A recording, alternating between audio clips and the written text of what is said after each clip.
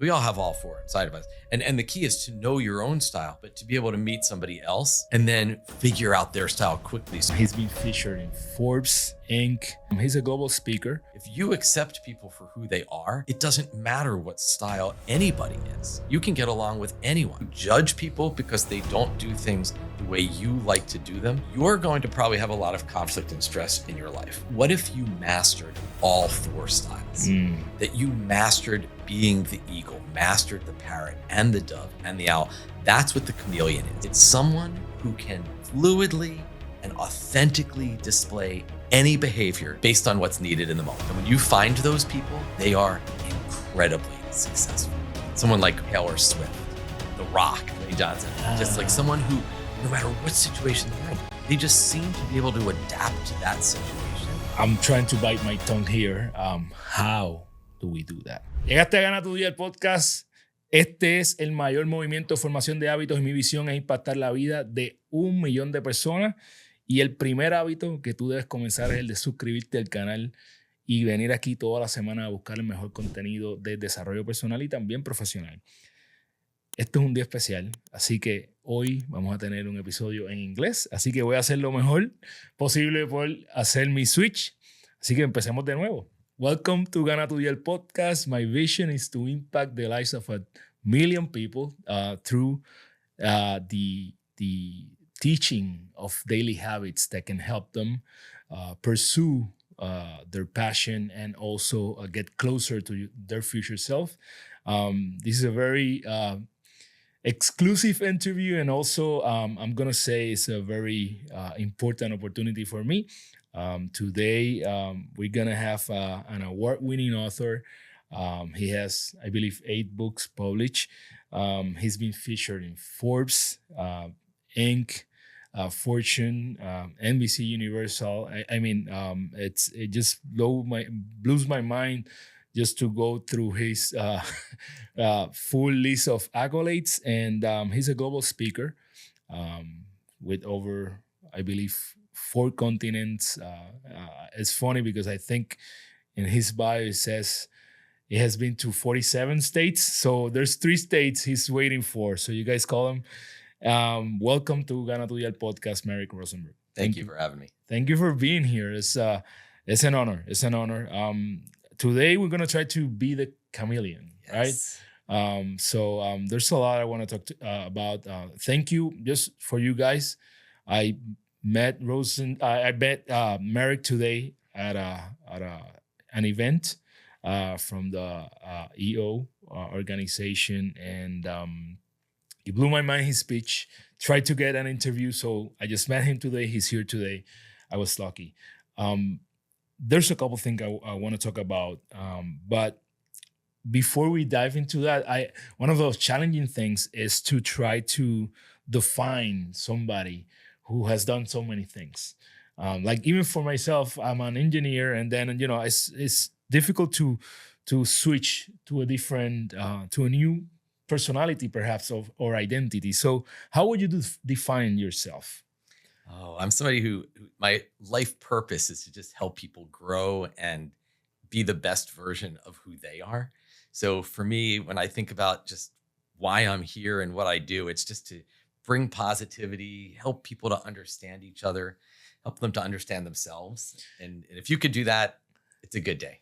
Yeah, and I'll say that today you helped me a lot to understand, and we're gonna get into that right now. Like today, your keynote was leading with the personality, and you explain how there are 4 different types, right? And I'm sure most people who are going to see this have heard about 4 different types, but for me, the nuance was that this is the first time I've seen it explained with 4 different kind of birds, yes. Right? And I think that was magical. I think at the beginning, I'll be honest, I was like, I'm not so sure what we're gonna get here today because there were bird cartoons all over the stage, but it makes all the sense in the world. So people can understand where we're heading today. Can you dive us into what are these 4 different birds? Styles have been around for thousands of years, But the problem has always been that people just forget them. And if you can't remember it, then how can you possibly use it? So for me, it's just, how do we teach people about personality in a way that's accessible and it's easy? And I always think of it as sticky. It just sticks with people. So I used 4 birds to parallel the 4 styles. Yeah. So let's have some fun together. Ready? Yeah. The first one is the eagle. So if you think of someone who is an eagle, how would you describe that person? What do you think their traits are? Yeah, it's somebody who's alone, who's leading, who's at the top, who's sometimes has to prey to dive into and get their prey. So I guess it's a leader. It's somebody who leads in a strict manner, I would say. And what you can see there is that you didn't have to think about, okay, what does this letter mean? What is this psychological term that Correct. captures this style? You get it. The eagle is independent. They're take charge. They like to be in control. And anybody can be a great leader, Yeah. but eagles revel in it. They just want, even as a child, they Yeah. seem to just always end up being in charge of whatever game they're playing with their, it could be their family or friends. They just like to be in charge, and they're direct. They Yeah. call it like it is. Yeah. They're straightforward, results oriented. But once again, you get it. It's just, you Yeah. have this image of the eagle, and it's natural and it's obvious.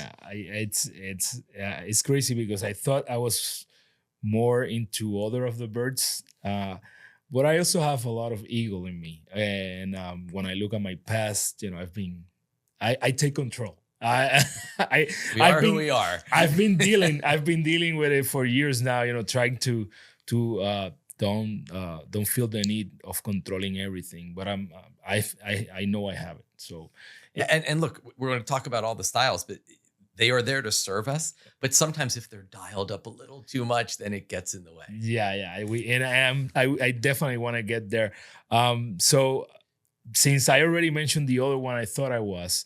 It's the owl, The right? owl. Yeah. So when you think of an owl, obviously the one word often that people think of is wise. Now, Mhm. any style can be wise. Correct. But the question is, why do we attribute wisdom to the owl? Like when you think of an owl, what comes to mind?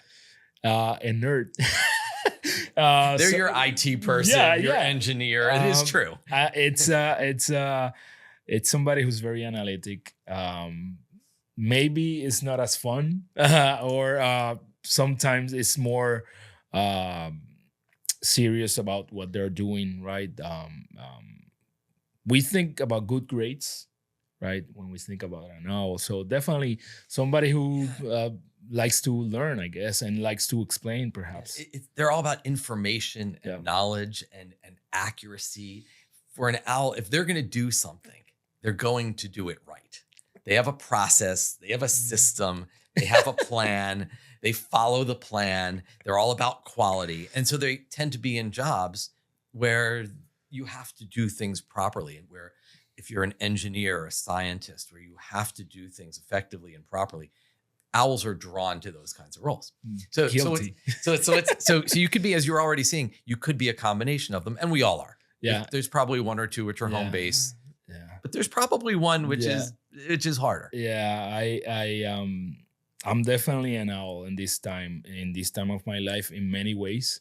And just to give you an example, last year and a half, I have a 5-year-old daughter and a 4-year-old boy, right? So I love my fatherhood.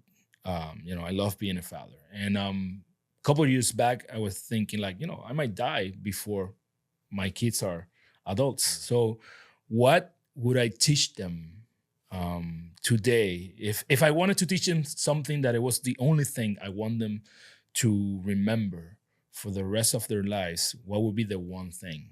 And I kept thinking about it. And one day when I was driving them to school, it came up.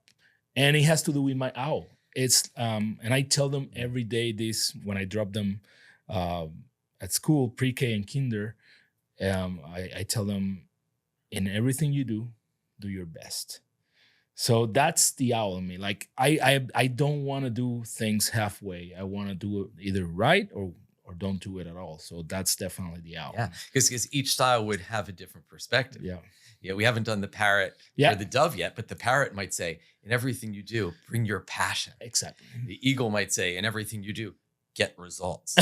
And the dove might say, in everything you do, treat others well. Correct. So correct. the owl part of you says, do it well. Yeah. Do it properly. Yeah. Absolutely. Absolutely. And then I think I also have some parrot in me. Obviously, I have the 4 styles to some extent. The parrot in me, and I was talking to Deliana earlier today after your keynote, and I was like, I'm the parrot. I try to be the parrot when I get into places. Like I consciously dial into energy. I want, when I meet you for the first time, I want you to get a good impression, and that's the parrot in me. I want to give you energy. I don't want to just tell you like hello and that's it. So what traits, if you were to think of someone who's a parrot, what do you think they're like? Like, how would you describe a parrot? They can't stop talking. they will not win the quiet game. Exactly. They will not. So I was raised by a parrot. And my wife, both my mom and my mother-in-law, they're definitely parrots. So when they're together, do they just talk nonstop? Yeah. So that's what I would think. But also somebody who's happy, who's perhaps the life of the party, which certainly describes my mom and my mother-in-law as well. So that's what I think of. And that's exactly right. And notice how easy it is when you just think parrot. You don't have to memorize this. No. You get the picture of someone who's fun. Yeah. They're optimistic. Yep. They're excitable. They're the littlest things, they delight them.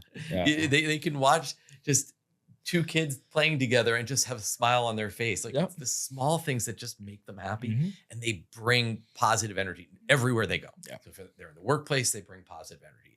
To a family, they bring positive energy. That's what drives them. Yeah, and I think so that people have the full picture. We already had the eagle, the owl, the parrot, and we're missing the last one, which is the dove. Yes, the dove is our last one. And so when you think of the dove, what comes to mind? Calm. Somebody calm. Perhaps somebody who is not an extrovert. Somebody who's perhaps more of an introvert. The opposite of an eagle in many ways, in terms of perhaps being more afraid. When you think of a dove, they won't fly towards you, right? They'll fly away from you. So that's some of the things that come to mind. It's for the dove, it's about the group. Where you say the eagle is much more independent. The dove is about the collective group. Correct. We're all in this together. That's it's true. about harmony. That's and true. Peace and collaboration. Yeah. They just want everyone to get along. And you think of even like a real life dove. Yeah. An eagle finds food, lets out a loud screech and says, back off. Yeah. This is mine. The dove finds food and calls all the other doves and says, come on in. Let's all eat together. Yeah. And you see that in the person. They're just very harmonious and very collaborative. They love working with people, where you see the eagle is more independent. The dove likes to be in groups. So it's the power of knowing these 4, the eagle, parrot, dove, and owl. Yes, we probably have one that's maybe the strongest one, but there is probably also a secondary one that's pretty strong. Yeah, I was trying to define myself now that we have the 4. And I was telling the group earlier, I think my inner self is an owl. I communicate as an owl. Like, I want to give you details. I want to give you the process. I want the process to be followed. But I listen as an eagle. So get to the point fast. I don't want you to give me the details. I'll give you the details, but when it comes to and I was thinking of it, and honestly, I think it's selfish to some extent. It's like, I want to give details, but when people come to me, I want them to give me the end result or the end goal. So it gave me to perhaps know a little bit more about myself today. And then I told you already about the parrot. And I think many times I'm the dove. Like, I want people to feel good. I don't want people to be hurt by my style, and I need to balance between that. So maybe the dove comes as an after phase. Like I should have been more dove many times. That's what I think.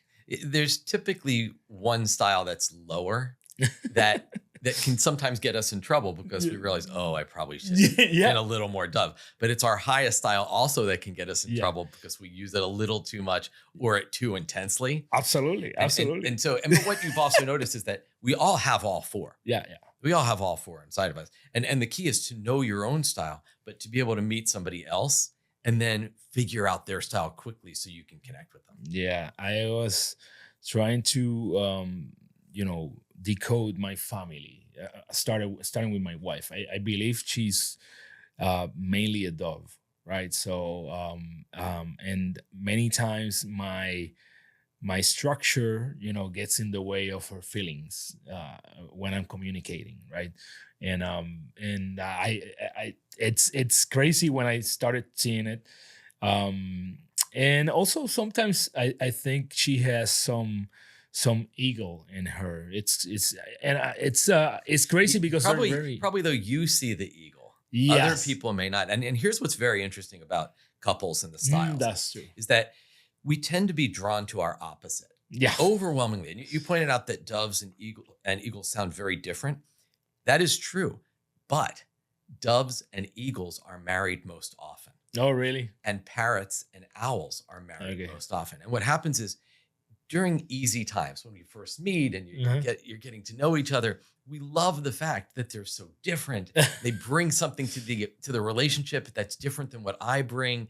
And we honor the fact that we are diverse and this is great. But in stressful times, those differences create friction and stress. So it's almost like during the easy times, opposites attract, but during stressful times, opposites repel each other. Yeah. So it makes it really challenging, but it's overwhelmingly true that we are drawn to people who are very different from us. And that's the great thing about our relationships, but it's also the challenge of our relationships. It's the challenge.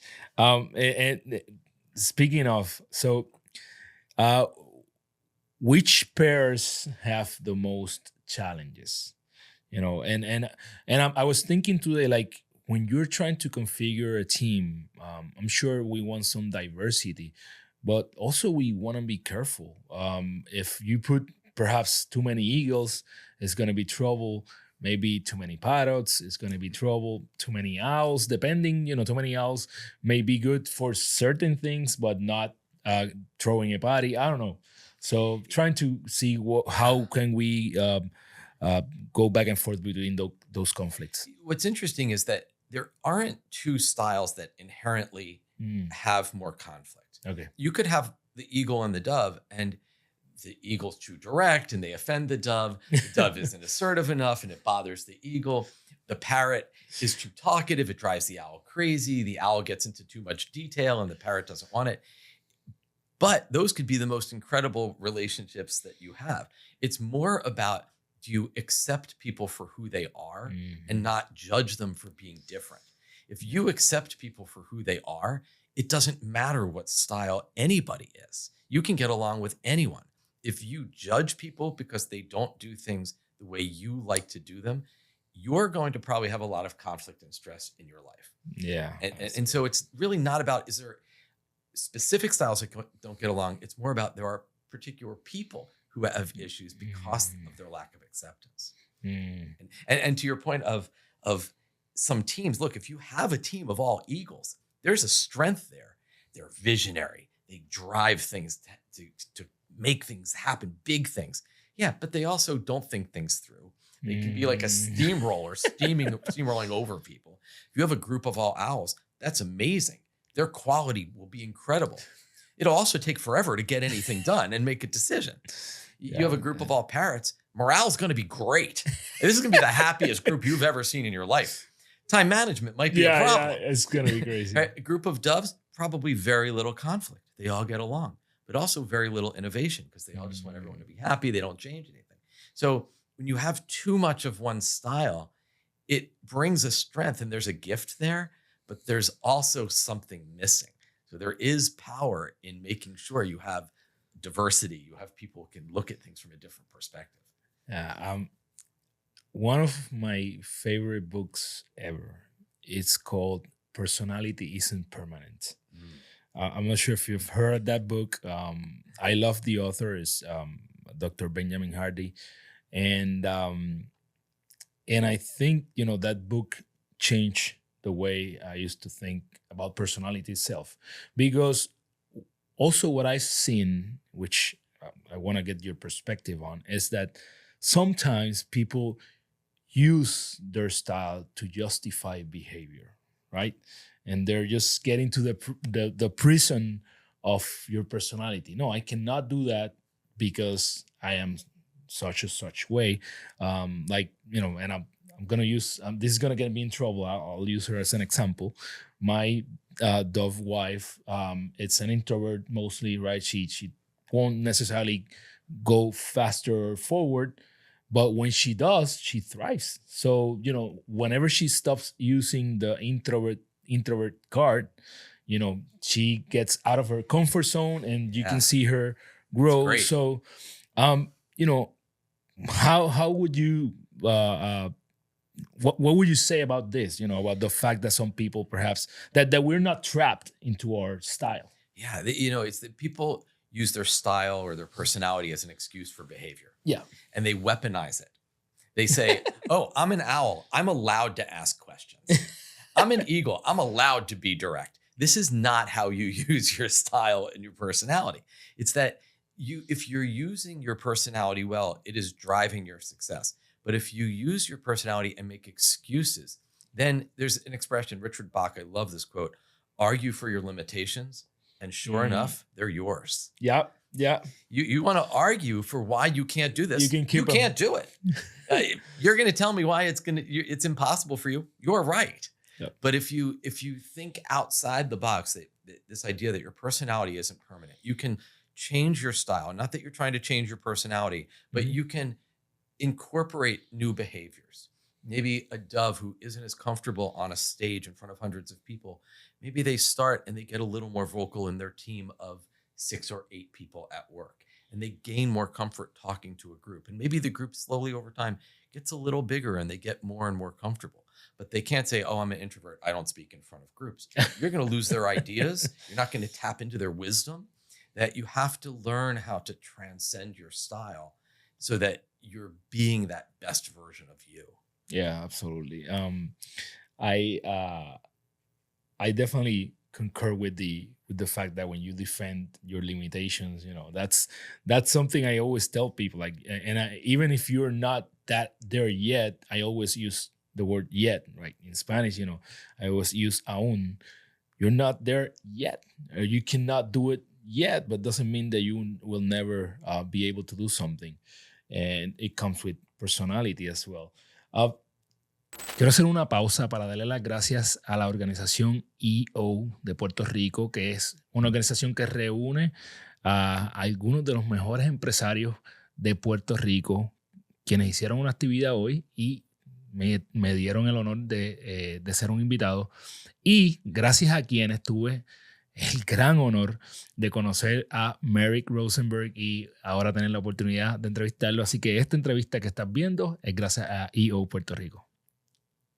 In which point your style can be a burden for you? Where's the threshold where it becomes a burden? So what happens is when you use your strengths, they serve you. But when you overuse your strengths, they become your weakness. Beautiful. So if you take your style and it's like pushing the needle too far. You push it into the red zone. Now all of a sudden, it's no longer helping you. In fact, your greatest strengths have become your greatest weakness. You take the eagle, they're confident. Yeah, push that into the red zone, they're arrogant. You take the dove, where the eagle becomes arrogant, the dove becomes insecure. You take the parrot, they're optimistic. Push it in the red zone, they're unrealistic. The owl, okay, they're focused on quality, but in the red zone, they can't make a decision and they can't act because it has to be so perfect. So your style serves you in the green zone, in this healthy place. But if you push it too far and overuse it, you're now in a place where your personality, which could have been your greatest strength, it's what's going to drive your success and make you happy, is now actually getting in your way. Yeah. Do you think, and I love the fact, at the end of your keynote today, one of the questions was, is there any scientific backup of all these information you're giving us? And of course, the owl came out. And I was like, yeah, I'm all for it.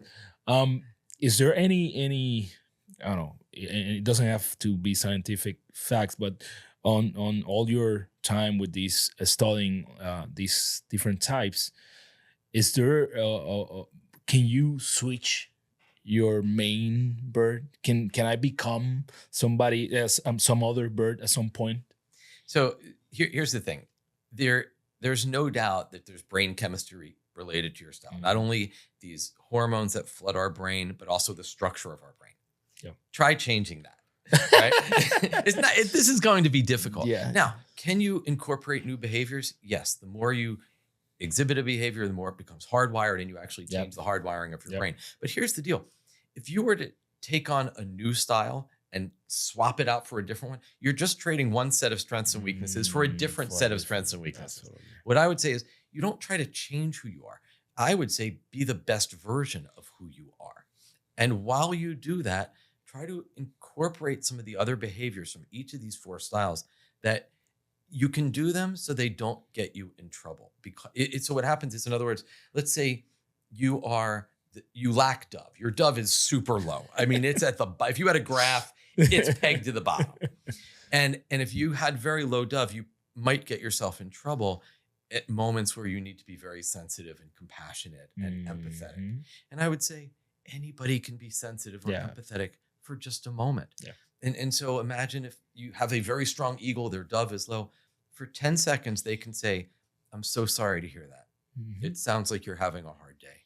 Anyone can learn to do that. Yeah. And the challenge is, if you want to change your style, you're just going to be changing who you are. And that's exhausting. That's not powerful. It is exhausting. I would say don't try to change your style. Try to just incorporate some behaviors that you feel like, when I don't do that, I get in trouble. Learn to do it.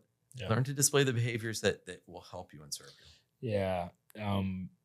Also, I think sometimes we might get into trouble for trying to change somebody else, right?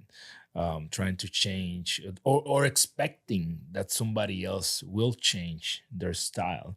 So how do we deal with that? And maybe even with the fact that we don't accept our own style. Like maybe I'm not accepting of the fact that I am an owl, and I don't want to be an owl. I want to be a parrot, or I want to be an eagle full blast. How do we deal with those conflicts? I love the expression, don't try to teach a pig to sing. It will frustrate you and annoy the pig. You try changing a spouse. Yeah. How's that work for you? It hasn't. And it's probably not going to work for you. It hasn't. The thing is that when you try to change someone, here's what really happens when you try to change somebody. You're sending a message, which is, who you are is not okay. I don't love you the way you are right now, but I'll tell you what, if you changed and actually became a little more like me, we'd be great. This is a horrible message to send to people. And imagine sending that message to a spouse, or maybe even worse, sending it to a child. Saying to one of your kids, you're an eagle parent, you have a dove child, and you say to that child, you need to be more assertive. You need to fight for what you want and be more aggressive. And when you speak really confidently. And what you're saying to that child is, who you are is not okay. Because you know what? Maybe they grow up and that dove becomes a nurse or a therapist or a counselor or somebody in customer service that helps people. Someone who's in IT, but they found their way to the help desk and they make people's lives better. Instead of saying be aggressive, say to that dove child, help people. Find ways to use that compassion in a positive way. And if you try to change them, you're going to create some cognitive dissonance there that's really confusing, and it doesn't send a good message. Yeah, I think my daughter is a dove, and And it hurts me when I, after the fact, know that I should have given her just love, and that would have been, the right way to try and change her behavior, right? When I try to combat her stubbornness as a kid, right, with an ego parent, it doesn't end well, and I keep It's repeating not what she it. needs, right? It's not what she needs. Now, sometimes she may need the ego, and Absolutely. that's fine. But it's knowing that this is a dove moment, and I have to honor them for who they are, and how powerful that is. If we looked at our children and we said, "Okay, I've got 2 kids. They're different. I have one child. He's a parrot. I have another one who's an owl. I cannot treat them the same way. It doesn't work. It just doesn't work. I'm a parrot. My sister has a lot of dove. I can remember once when I was a child, and look, I'm a parrot. I was a very mischievous child. I was always doing practical jokes, and this is a child. This is what parrots do. They have fun. And every now and then my parents would yell at me for like, please don't do that again. And I thought, all right, that makes sense. I won't do that again. One time, and I mean literally one time, my father, who is an eagle, yelled at my sister, who's a dove. She bursts into tears and climbs under the kitchen table. And my mother, who's also a dove, is like, why would you say that to her? And he's like, what? I talk to Merrick like this all the time. You can't talk to her like this. It is not about gender. It's about style. She's a dove. I'm a parrot with a secondary eagle. It doesn't matter. You can yell at me and I say, yeah, all right, fine. I won't do it again. But you have to think as a parent, do I parent this child differently than this child? Because they have completely different needs, and that's okay. Yeah. I just need to honor them for who they are. Yeah, it's crazy. I transported back to my home. Like, I believe my boy is, I don't know if this is a right combination, but I believe he's a parrot owl, because he can be analytic, but he's also very spontaneous and careless in some ways, right? And he's always making jokes, and he doesn't care. You can yell at him, it's okay. He won't care. Yeah, and there are parrot owls. Think of someone like Neil deGrasse Tyson or Bill Nye the Science Guy. Mm-hmm. They're the engineer, but they make it fun. You can have any combination of styles. That's important to know as well, right? Because I'm asking here as if you cannot combine any two, but that's not true. Any styles can combine, and they create something a little different. If my style's a parrot eagle, they tend to be pretty outgoing but results oriented. Yeah. You can have an owl dove. They're very caring and compassionate. They also have a plan and a process and a system. You can have an eagle owl who wants to get results and wants to do it right. You can have a parrot dove who's fun and social, but also very caring and a good listener. And we can be a parrot owl because you get like that scientist, but also the person who makes it interesting. But you can also have an eagle dove, which is the least of all. That's crazy. Yeah. And the eagle dove. How would that be? I'll give you an example of the eagle dove. Somebody like Gandhi or Martin Luther King Jr. or Nelson Mandela or Barack Obama. These are people who they tend to be what I call the activist. They care about people and they stand up for people. Yeah. They fight for people. You get fight from the eagle, for people from the dove. And they're a very interesting style. I often find them in roles where they are serving others, helping other individuals. But you can have any combination of styles, but that's the thing. It's like we don't just look at you're just one of these and that's what you are in every moment. Our style is kind of fluid and it changes depending upon what's happening. Yeah, that I find this fascinating.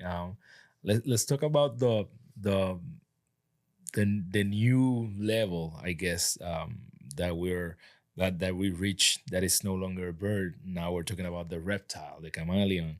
How what would this be? How can we get to that level where we can change as needed? Yeah, the chameleon is an interesting way of thinking about the styles, because each of us has our own style. You have your style, but what if you mastered all 4 styles? That you mastered being the eagle, mastered the parrot and the dove and the owl. That's what the chameleon is. It's someone who can fluidly and authentically display any behavior based on what's needed in the moment. And when you find those people, they are incredibly successful. Someone like Oprah or Taylor Swift or The Rock, Dwayne Johnson. Just like someone who, no matter what situation they're in, they just seem to be able to adapt to that situation, the right style at the right moment in the right way. Those folks are incredibly successful at what they do. I'm trying to bite my tongue here. How do we do that? That's the key thing here, because the minute I heard that, I was like, I need to be a chameleon. I want to thrive in my life. I want to inspire people. I'm gonna meet a lot of different birds in my life, so I certainly need to be able to swap between styles. How do we? And the key word here is, how do we master this? Yeah. In fact, one of my last books was called The Chameleon. Yeah, I have it right here, by the way. So, Luis, there you go. The chameleon. And we're going to talk a little bit more about it in a minute. And that talks about what is the chameleon. Yeah. The next book, which is coming out in about 2 months or so, early 2025, is going to be called Personality Intelligence. Beautiful. And that is going to be, how do you become the chameleon? And so what I talk about, I'll give you a little preview. Is that there's 4 levels.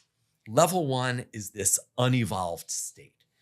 Picture you're young. Maybe you're the eagle, and eagles are competitive. They want to win. Mm-hmm. But a young, unevolved eagle, they're playing cards with their friends. And right before they lose, they know they're going to lose, they quit. And they say, I don't want to play anymore, because they can't handle losing. That's an unevolved eagle. Whereas if you had someone who's more the average state, where most people live within their style. Yeah, eagles want to win. Maybe they become a salesperson because they want to win that deal, but they understand you can't win every deal. Now, the master state is where you've mastered your style. You really have taken your style to the highest level. You're not overusing it. You're using it at a healthy level. You honor other people for who they are, and you use your strengths all the time. That's level 3, the master state. But level 4 is the chameleon state. And that's where you've learned to be flexible and adaptable, to do what you need in the moment, where you've mastered the eagle, but you've also mastered the parrot and the dove and the owl. Whatever the situation calls for, if this is a parrot moment, I dial up the parrot. If it's a dove moment, I dial up the dove. And the new book actually shows you the path to how do you get to that place, because when you find those people, it's amazing what they accomplish. Yeah, I see, the minute I heard it, I want to become one. I definitely going to be reading that book, and also The Chameleon, which I got today. One thing that I want to make sure that we don't miss is that getting there might involve some energy draining moments when you're dealing with the bird style that drains you. Like, for instance, probably I don't know, an eagle might be drained by a dove. The parrot might drain the owl. So back and forth.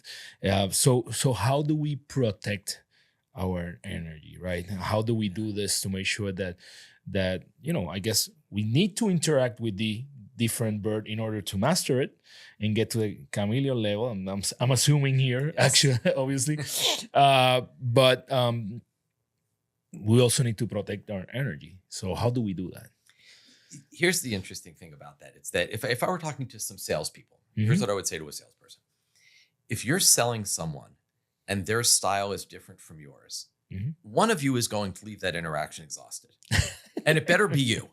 Because one of you is going to have to flex and adapt. You don't want the customer having to adapt to your style as a salesperson. You want to adapt to the customer. So what you start to realize is, for little moments, I just need to flex and adapt to somebody else's style, to honor who they are, satisfy their needs. And incidentally, if they get their needs met, guess who else gets their needs met? We do. Yeah. So it's not shifting into a style that is not you all day long. That would be exhausting. It's finding little moments where you say, I'm a parrot eagle. My owl's a little bit lower. It's actually much lower. But there are times where I actually better be an owl, or I'm going to make mistakes. I travel around the world. I better be an owl when I'm making arrangements for flights, and hotels, and renting cars and speaking at events. And I have to dial my owl up. And I will tell you, early in my career, it was exhausting.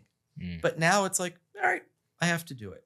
And And the more you display a behavior, the more comfortable it gets. It may never feed you, but it can get to a place where it no longer drains you. Beautiful. The more you display it, the more you get it. You have you've explained today how we can use this to lead effectively, right? It's a very important capability that we can have as a leader to be able to read our teams. And that was another thing that I found myself doing right after, like, I have a new team who's probably on the forming, storming, norming phases right now. They're forming. Yeah. Come together. Yeah. It's a new team. So I'm thinking, like, wait, I cannot be the owl or the eagle all the time. I have a parrot, I have a dove, and I think I have an owl. I have 3 team members, different personalities. How do I, fluctuate between styles? And you explained something that blew my mind. Like, if you're communicating, perhaps you need to use all the styles. How do we do that? Yeah. So, I mean, let's start at this idea of even being a forming team. Yep. You probably need all 4 styles. Mm. As an eagle, you have to set the big picture goal. Here's why we're together. Here's what we're trying to accomplish. As an owl, you have to create the path. Here's our process. Here's the steps that we have to follow to achieve our big picture goals. Yep. But you also, it's new. You got to be the parrot. Be excited. Generate excitement and enthusiasm. Get them pumped about the journey they're about to go on. As a dove, understand that this is new and it may be stressful or uncomfortable at first. You're going to need all 4 styles. If you only stayed in eagle mode, here's our goal, people. Here's what we're trying to accomplish. Your doves are going to feel very stressed. Your parrot's not going to be excited, and your owl doesn't know what to do. And so it's this idea of, I need to be able to be all of them. And in that moment, I will connect with everyone on the team. If they're the eagle and I'm in big picture mode, they'll relate to what I'm saying. If they're an owl and they want the detail, I'm going to give them the detail. When I'm in parrot mode and I'm rah, let's do it. We're going to be, it's going to be awesome. We're going to be amazing. The parrot walks out of there and is pumped and excited. If you're empathetic, the dove walks out of there and feels cared about. If you hit all 4 styles, you connect with everyone, not just people like you, because we impose our style on others all the time. You connect with every person in the room. And that's the power of being a great leader. It's recognizing that I have different people, they have different needs. I have to satisfy all those needs. Yeah. I know the classic personality test, right? I'm wondering, is there a tool for these particular styles that you bring up that for me, it was the first time I see them? Yeah, we have a tool. If you went to takeflightlearning.com, okay, we have an assessment there, and it's about 15 million people have taken this assessment. Oh, so wow. It's been out, and I always say, look, there's a lot of studies, assessments out there that some are accurate, some not so much. You read one page of this and you'll be like, okay, have you been following me around? Because this is so accurate. It is. I have people say, have you spoken to my wife? Who have you spoken to generate this information? It is amazing. And it's the reason why we do this stuff is that the most self-aware people tend to be the happiest. Mm-hmm. And when you take an assessment like that, it gives you, in very concrete terms, here's you. Now, what are you going to do with that information? Yeah. In what way is your style working for you? In what way is your style working against you? Can you tell me the site again? So sure. It's takeflightlearning.com. Okay. Takeflightlearning.com. I want to make sure that we put that on the description of this episode. So I want to make sure my team, if my team is watching this, the eagle in me tells you to take this assessment. Go there now. Let's take this so we can understand each other better and make sure that we make good use of these tools for the best of the team, right? I want to talk to Merrick the writer, the author. You've been you have 8 books. Yes. That's a lot. I just I wrote my first one, and I know that it's quite a journey, right? It is At a least journey. the first Yes. one. And I'm very happy. By the way, I'm gonna use this to, if you still don't have my first book, Construye tu Ruta, unfortunately, it's not in English just yet. So if you're an English-speaking person, it's gonna come out later this year. It's gonna call Build Your Route. That's the translation. Fantastic. So we're working on it. I'm happy to say that it was an Amazon bestseller. So very happy about the book. Tell me about your journey writing. I haven't read your books just yet, but I see from what I saw on this one, I see there's a big storytelling element in there, right? And, Oh, yeah. And I can relate to your keynote. It's not the regular keynote where you're giving a lot of facts. You're giving, examples. You're bringing off different characters. So how is it? How is Merrick the author? I think people learn through stories. Yeah. I think at any culture around the world, it's how knowledge has been passed down from generation to generation. We learn through stories. And so often these books on personality are very clinical and psychological, and people don't remember that. It's not even interesting to me. Yeah. And so the first book I wrote is called Taking Flight. And it was like writing a movie. It's like one long story that tells the story of the 4 styles. It teaches you the 4 styles. It was like writing a movie with a plot, and here's what happens. But the Chameleon was like writing a season of a sitcom. It's got 22 fables. Nice. Each one is like a different episode. Okay. And each one teaches a different lesson of how the styles play out in the world. Yeah. And it was fascinating because each lesson is so unique, and it's like you can read it. And I thought it would be kind of like an album. Somebody releases some music, and there's always the 1 or 2 songs that people say, oh, those are the 2 best songs on the album. And so for years, I have been asking people, what's your favorite fable out of the 22? Which one do you really enjoy? And I figured, look, I get it. There's probably going to be 2 or 3. Everybody likes those. There is zero consensus. People have listed every single one. And I think the reason is that people read the fables and they need certain lessons in their life at that time. And they read that fable and say, I needed to hear that. That's what I need to work on. So I think it's the kind of book where if you went back and read it again a couple years from now, you'd probably pick a different one because it would resonate with you in a different way. And then following that, I wrote a couple children's books. Everywhere I went, people kept asking me, is there something for children that I could teach this to kids? And there really isn't. And I was like, we have to fix that. Yes. And so I wrote a book called Which Bird Are You? Okay. And I also wrote another one called Flight School. Okay. So there are 2 books for kids that really teach the styles. Flight School's for younger kids. Which Bird Are You is for a little older kids. That's one thing we do a lot at home, read to our kids. So I'm gonna challenge you to bring the Spanish version of those at some point. I'm sure we do have a lot of books. My kids love reading. That's something I'm proud of. Even though I'm the bigger reader at home, in reality, it's my wife who reads to them every day. So that's something very, very nice.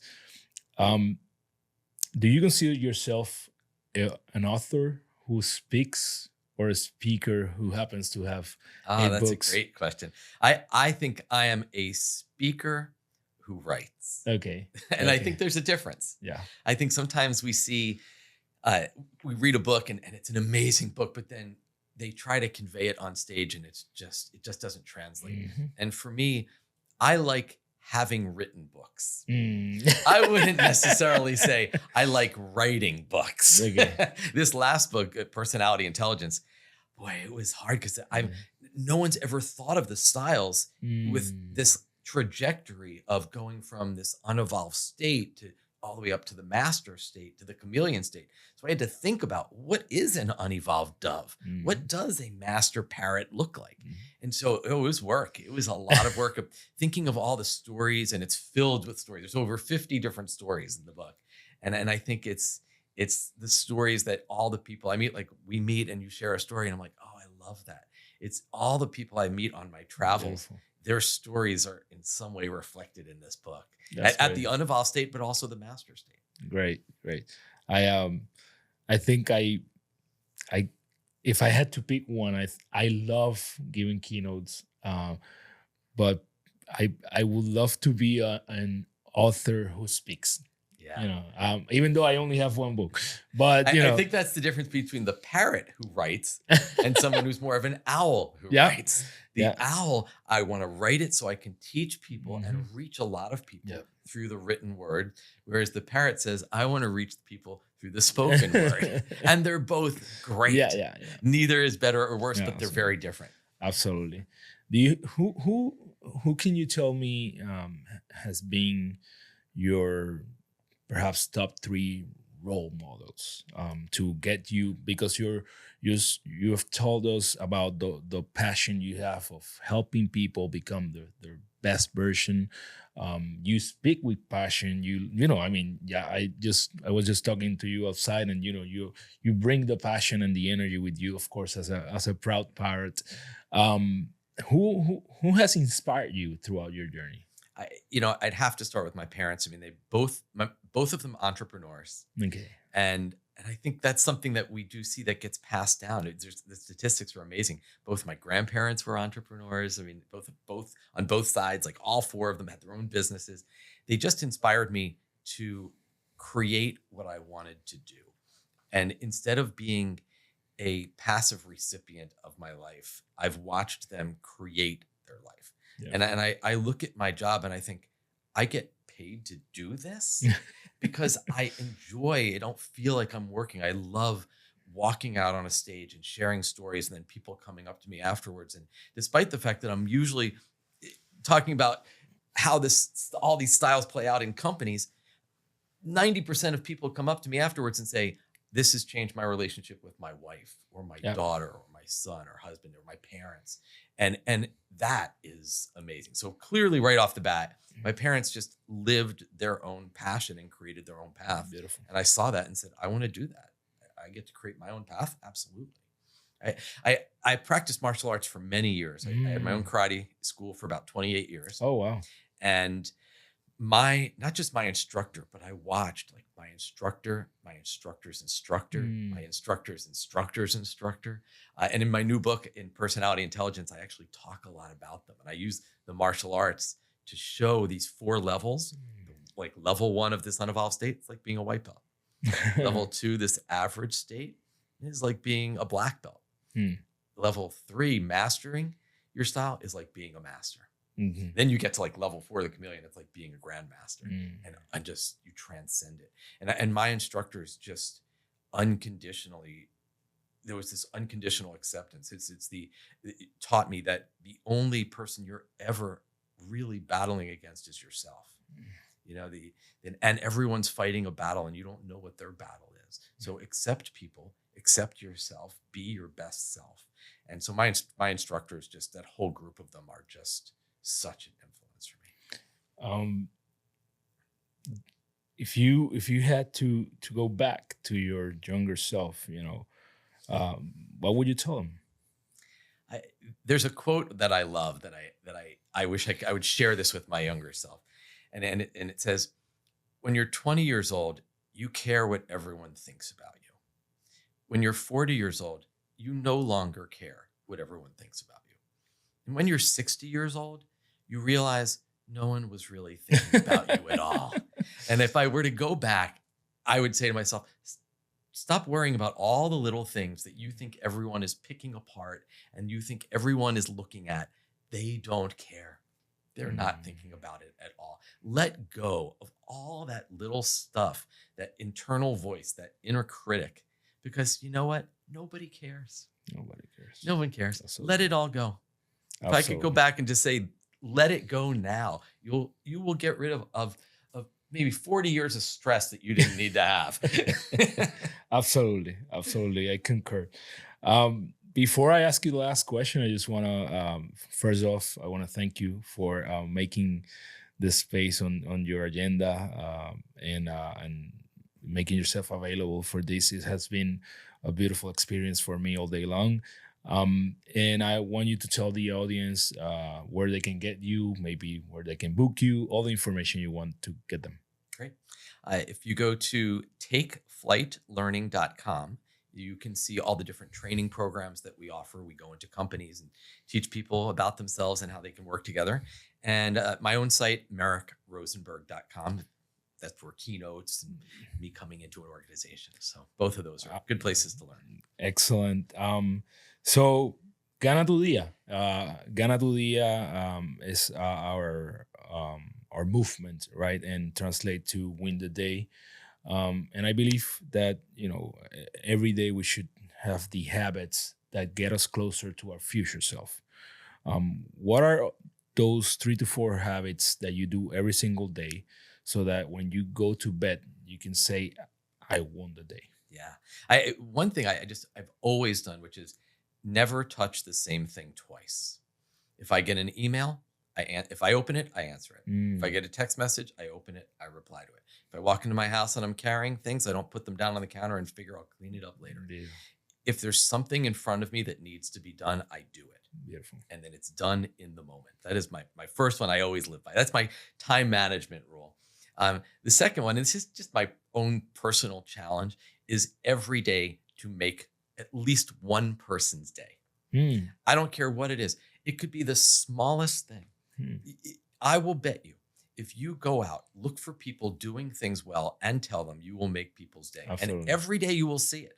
Far too often we're looking for things that people aren't doing well and we find them and then you point them out so you can correct them. What if we actually did the opposite and looked for something positive? And it could be a total stranger. Yeah. But I will tell you, it's my personal challenge is every day is to make somebody's day. Oh. So those are 2 of my big ones. I can tell you that today that might have been me. So thank you. Appreciate your time. This has been an experience. I hope everybody got a lot from this conversation. I'm looking forward to read the book and the new book as well. I always finish with a couple of things. First, I want to thank my friends from woodbrandpr.com. So if you want, you cannot get this one. This is my personalized one where you can go there, woodbrandpr.com, and you can see all the hats that I'm always wearing at my podcast. If you use the code GTD, you're going to get free shipping. And I always end with what I will take with me from this episode. And I think, the first one is that this is not new. This is a new way of bringing it up in a way in which we're not going to forget easily. So, it's going to be very challenging for me to try to forget these bird styles now that I know them. And I'm sure I'm going to walk out and start trying to figure out which style is each person that I meet from now on, which used in a good way, it can make me a chameleon or a master at some point. So I think it's a great asset to have for sure. Regardless of the bird style, accept people, because in the end they're gonna notice if you don't accept it, and you gotta make peace with the fact that you cannot change people. I think even though we've heard that many times in our marriages, we try to change our spouses from time to time. In our business relationships, we want sometimes our partners to be more like us. We try to impose our style. So definitely we gotta stop that and make sure that we accept the fact that we cannot change people. We can adapt, and maybe sometimes we need to use some of the energy and then recharge because we're drained from doing it. But if we use it more often, we're gonna become masters. And make sure that your personality style doesn't become your weakness, right? When you use your strength too much, it can certainly become your weakness. And one of the things that I mentioned, I feel that, we concur is, do not let your style be your prison, right? Do not use it as an excuse. So thank you. Appreciate this.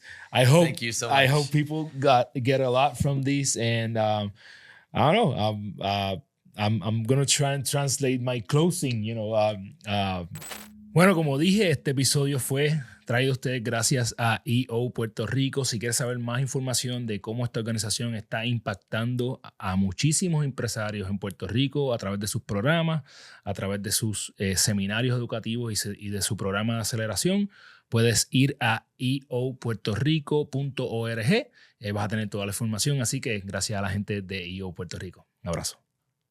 Remember that you are the only person responsible for your life and that your life is the set of habits you do every single day. So every day take the actions that get you closer to your future self. So when you go to bed, you can say, I won my day. Thank you. Yeah!